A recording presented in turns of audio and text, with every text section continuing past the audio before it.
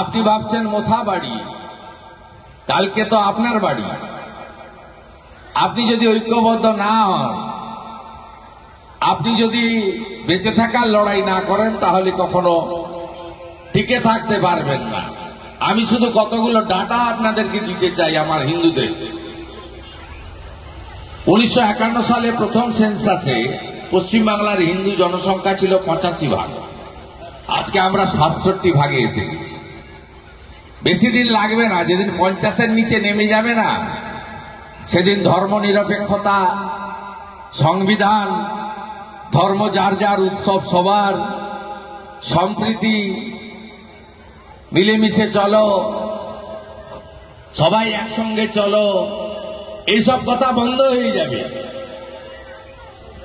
আর দ্বিতীয় হচ্ছে 1947 সালে যখন ভারত ভাগ হয়, পূর্ব পাকিস্তান আজকের বাংলাদেশ হিন্দু কত ছিল জানেন? 33%।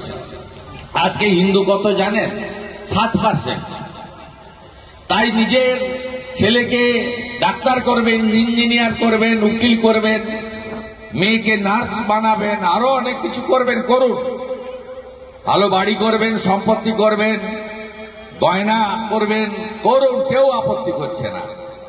কিন্তু গীতার যে মহান বাণী, ধর্ম রক্ষতি রক্ষিত, এটা যদি না করেন, এগুলো বেকার হয়ে যাবে। আপনার বাড়িটা দখল করার জন্য লোক বসে আছে। আফগানিস্তানে হিন্দু, শিখ, জৈনরা ছিল, আজকে কেউ নেই। আফগানিস্তান যখন তালিবানরা 4 বছর আগে দখল করলো, শত শত কোটি টাকার মালিক একজন পার্লামেন্টের মেম্বার ছিলেন শিখ কমিউনিটির মধ্য থেকে। তিনি পবিত্র গুরু গ্রন্থ সাহিবকে নিয়ে, তার 2 বাচ্চাকে কোলে নিয়ে ছুটে ছুটে গিয়ে মোদিজির পাঠানো বায়ুসেনার প্লেনে উঠে ভারতে চলে এলেন। এক কাপড়ে সব ফেলে দিয়ে আসতে হয়েছে, কিচ্ছু নেই। পাকিস্তানের সব শহর আমাদের হাতে ছিল, লাহোর, ইসলামাবাদ, করাচি। সেখানে হিন্দু, শিখ, জৈনদের সব পাকা বাড়ি ছিল, সম্পদ ছিল। আপনারা তৈরি করে এসছেন, ওরা ভোগ করছে। পালিয়ে এসছেন আপনারা এক কাপড়ে। বাংলাদেশ থেকে 2 কোটির বেশি হিন্দু ভারতে এসেছে। আমার মা আছে বরিশাল থেকে। আমার মায়ের নাম শ্রীমতী গায়ত্রী অধিকারী, তখনকার ভট্টাচার্য। তার বাবা শিক্ষক ছিলেন প্রয়াত মাখনলাল ভট্টাচার্য। পালিয়ে এসেছে এক কাপড়ে। শিবালয় মন্দির, 10 বিঘা জমি, শিক্ষকতার চাকরি সব ফেলে এপারে এসে জুট মিলে ম্যানেজারি করে তার মেয়েদেরকে প্রতিপালন করেছেন আমার মায়ের পিতৃদেব। এই তো হিন্দুদের অবস্থা হচ্ছে। বাড়ি বানান, 2 তলা 3 তলা পাকা বাড়ি, দখল ওরা করবে।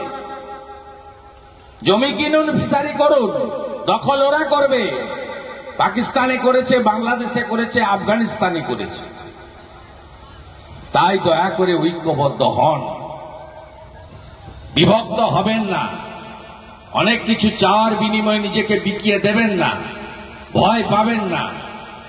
রাজনৈতিক দলের কমিটি থাকবে, ধর্ম রক্ষা কমিটিও করতে হবে। এই লড়াই বাঁচার লড়াই, এই লড়াই জিততে হবে। 492 বছর পরে অযোধ্যার রাম মন্দির যেদিন তৈরি হয়, আমাদের রাজ্যে সেদিন সম্প্রীতির মিছিল হয় পারসার কাছে। হিন্দুদেরকে ছোট করা হয়। 66 কোটি হিন্দু যখন মহাকুম্ভে স্নান করেন, এই রাজ্যের মুখ্যমন্ত্রী বলেন মৃত্যু কুম্ভ।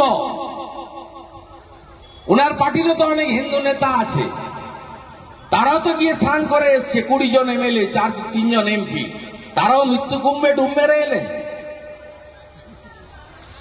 পারবেন আপনি অন্যদের বলতে? পারবেন? আরে আমার কাছ থেকে কেউ কিছু কাড়িয়ে নেয়নি। আমি মন্ত্রী ছিলাম, 5টা দপ্তরে ফেলে এসেছি। শুধু এই রাজ্যের তোষণের রাজনীতি বন্ধ করব বলে, তোষণের রাজনীতি বন্ধ করব বলে, বন্ধ আমরা করবই। সঙ্গে থাকুন। শ্রী চৈতন্যদেব এই পথের পথিক ছিলেন। গৌড়িয়া মঠ, নবদ্বীপ ধাম, পরবর্তীকালে ইস্কন, শ্রীলা প্রভুপদ গীতার প্রচার প্রসার ঘটান। মোবাইল ফোনে ঘাঁটছেন, সিনেমা দেখছেন, গান শুনছেন। গীতাটাও দেখুন না, মোবাইল ফোনে ইউটিউবে গিয়ে গীতাতে ক্লিক করে দেন, বেরিয়ে আসবে গীতা, পড়ুন, বাংলাতেই পড়ুন। তারা একটা নির্দিষ্ট ভোট ব্যাংকের রাজনীতিতে তাদের গায়ে এমন তকমা আছে, তারা যা খুশি করতে পারে, তাদের কেউ কেশাগ্র স্পর্শ করতে পারবে না। তাই আমাদের এইসব কাজে থাকতে হয়। এমন কোন অনুষ্ঠান নেই যে অনুষ্ঠানে হিন্দু আক্রান্ত হয়নি। মনে হয় বাংলাদেশ থেকে ছবি ভিডিও দেখে খুব উৎসাহিত তারা, যে বাংলাদেশে এতদিন ধরে 8 মাস 9 মাস ধরে হিন্দু নিধন চলছে, আমাদের তো কিছুই হচ্ছে না, তাহলে আমরা ওপারে যদি হয় আমরা এপারে করি। দুর্গা পূজা হয়েছে, লক্ষ্মী পূজা হয়েছে, কালী পূজায় হয়েছে, কার্তিক পূজায় হয়েছে, দোল পূর্ণিমায় হয়েছে, সামনেই তমলুকে, নিমতলা, ব্যবরতার হাটে। তাই আমাদের সনাতনীদের পাশে যেতে হয়, কারণ আমরা যদি সনাতনীরা ঐক্যবদ্ধ না থাকি, সনাতনীদের পাশে না দাঁড়াই, রাজনৈতিকভাবে জাতপাতের ভিত্তিতে বিভক্ত হয়ে যাই, তাহলে আমাদের এই সমাজ থাকবে না, আমরা অস্তিত্ব বিলোপ হয়ে যাবে। তাই আপনাদের সেদিন আসতে পারিনি, আজকে এসেছি কেবলমাত্র ঠাকুরের দর্শন করতে, তুলসী রানীকে প্রণাম করতে, গোপালজিকে প্রণাম করতে, পুষ্পার্ঘ দিতে, কপালে চন্দনে চর্চিত করতে। আমাদের ভিডিও ভালো লাগলে লাইক এবং শেয়ার করুন। কমেন্ট সেকশনে গিয়ে জানান আপনাদের মতামত। আরও ভিডিও পেতে আমাদের চ্যানেল সাবস্ক্রাইব করুন এবং প্রতি মুহূর্তে খবরের আপডেট পেতে প্রেস করুন বেল আইকন।